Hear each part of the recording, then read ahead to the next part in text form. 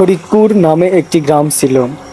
তো ওই গ্রামে একটি গানের অনুষ্ঠান শেষ করে আমরা দুইজন বাড়িতে ফিরছি। বাড়িতে ফিরতে ফিরতে অনেকটাই রাত হয়ে যায়, প্রায় রাত 2টার কাছাকাছি। যেতে যেতে আমি রুবেলকে বললাম যে রুবেল চল ওই ভয়ঙ্কর জঙ্গলের পথ দিয়ে যাই। তারপর রুবেল আমার সাথে একমত। তারপর আমরা দুইজনেই ওই ভয়ঙ্কর জঙ্গলের পথ দিয়ে যেতে লাগলাম। ফরিদপুরে একটি ভয়ঙ্কর জঙ্গল আছে, তো ওই জঙ্গলে একটি কবরখানা আছে। কবরখানাটা অনেক পুরনো। গ্রামবাসীর মুখ থেকে শোনা কথা যে ওই জঙ্গলে এবং ওই কবরস্থানের পাশ দিয়ে গভীর রাতে কেউ গেলে তাকে মেরে ফেলে।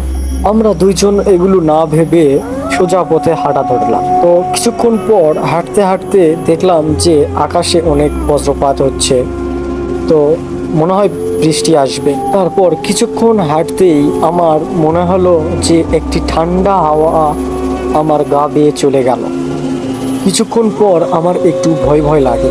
তো ব্যাপারটা আমি রুবেলকে বুঝতে দেই না এবং তার সঙ্গে তাল মিলিয়ে হাঁটতে শুরু করি। কিছুক্ষণ পর রুবেল আমাকে বলে যে বন্ধু আমার না অনেক ভয় লাগতেছে রে, কি করব? তারপর আমি তাকে কিছু না বলে আবার আমরা দুইজন একই পথে হাঁটা ধরলাম।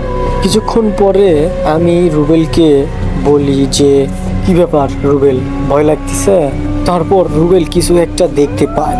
সে বারবার আমাকে বলে যে দেখ বন্ধু, ঝোপের কাছে কি যেন একটা আছে। তারপর আমি বললাম কিছু না পাগল। তারপর বলতে বলতে আমরা সেই কবরস্থানের পাশে চলে আসলাম। আসার সাথে আমরা তো অবাক, দেখতেছি দরজার সাইডে 2টা কঙ্কাল পাহারা দিচ্ছে কবরস্থানটি। তারপর দেখলাম কবরস্থানের ভিতর থেকে এক ঝাঁক বাদুড় উড়ে আসলো। বাদুড়গুলো উড়ে কোথায় যায় এটি দেখার জন্য আমি অন্যদিক হই। হওয়ার পর যে দৃশ্য দেখলাম, অপর দিকে আরেকটি কবরস্থান, প্রায় হুবহু এক রকম। তারপর কিছু দূর যেতেই দেখলাম যে ভয়ঙ্কর ব্যাপার, কবর থেকে একা একা লাশ উঠে আসছে আমাদেরকে ধরার জন্য।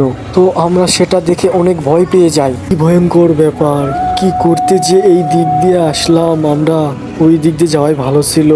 তারপর আমরা এই দৃশ্য না দেখতে পেয়ে আমরা অনেক জোরে দৌড় লাগাই। তো দৌড়াতে দৌড়াতে তারপর আমি রুবেলকে বললাম যে দৌড়া ভাই, দৌড়া, তাড়াতাড়ি দৌড়া, আরো জোরে জোরে দৌড়া। তারপর আমি দৌড়াতে দৌড়াতে পিছে দেখলাম যে কবরস্থানের ভেতর থেকে এক কালো ছায়া মূর্তি বের হয়ে আসছে। তো সেটি দেখে আরো জোরে আমরা দৌড়িলাম। তো দৌড়াতে দৌড়াতে দৌড়াতে দৌড়াতে দেখলাম যে ঝিরঝির করে বৃষ্টি পড়তেছে। তো আমরা বৃষ্টি বাদল কিচ্ছু না মেনে আমরা প্রাণ বাঁচাতে অনেক জোরে দৌড় লাগাই। আমাদের শিক্ষা হয়ে গিয়েছে আমরা আর এই পথ দিয়ে আর কোনোদিন আসবো না। কি এক ভয়ঙ্কর ব্যাপার। তারপর আমরা এক সময় দৌড়াতে দৌড়াতে একটি গ্রামে এসে মাথা ঘুরে অজ্ঞান হয়ে পড়ে যায়। তারপর আর আমাদের কোনো কিছু মনে নেই। সকালে আমাদের পড়ে থাকতে দেখে গ্রামবাসীরা আমাদের বাড়িতে নিয়ে আসে।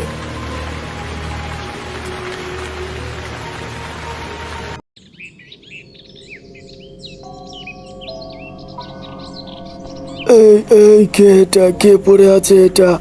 এই কে আছে, তোলো। এটা তো রুবেল আর ওর রুবেলের বন্ধু রে। তাকে বাড়িতে নিয়ে যাও।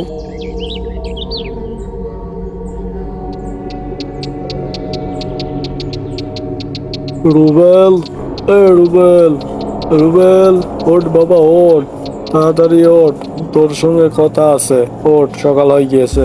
তারপর রুবেল ঘুম থেকে ওঠে। এত রাস্তা থাকতে কবরস্থানের পাশ দিয়ে কেন আলি বাবা? ওই জায়গাটা খুব একটা ভালো না, অনেক ভয়ঙ্কর জায়গা ওটা।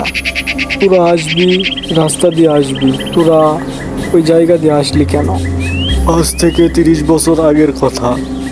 ওই কবরখানাতে আগে অনেক লোকেরই দাফন হতো।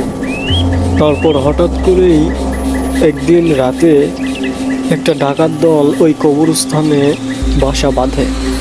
ওই গ্রামেরই একটা লোক জঙ্গল থেকে কাঠ কেটে এই কবরস্থানের পাশ দিয়ে বাসায় যাচ্ছে।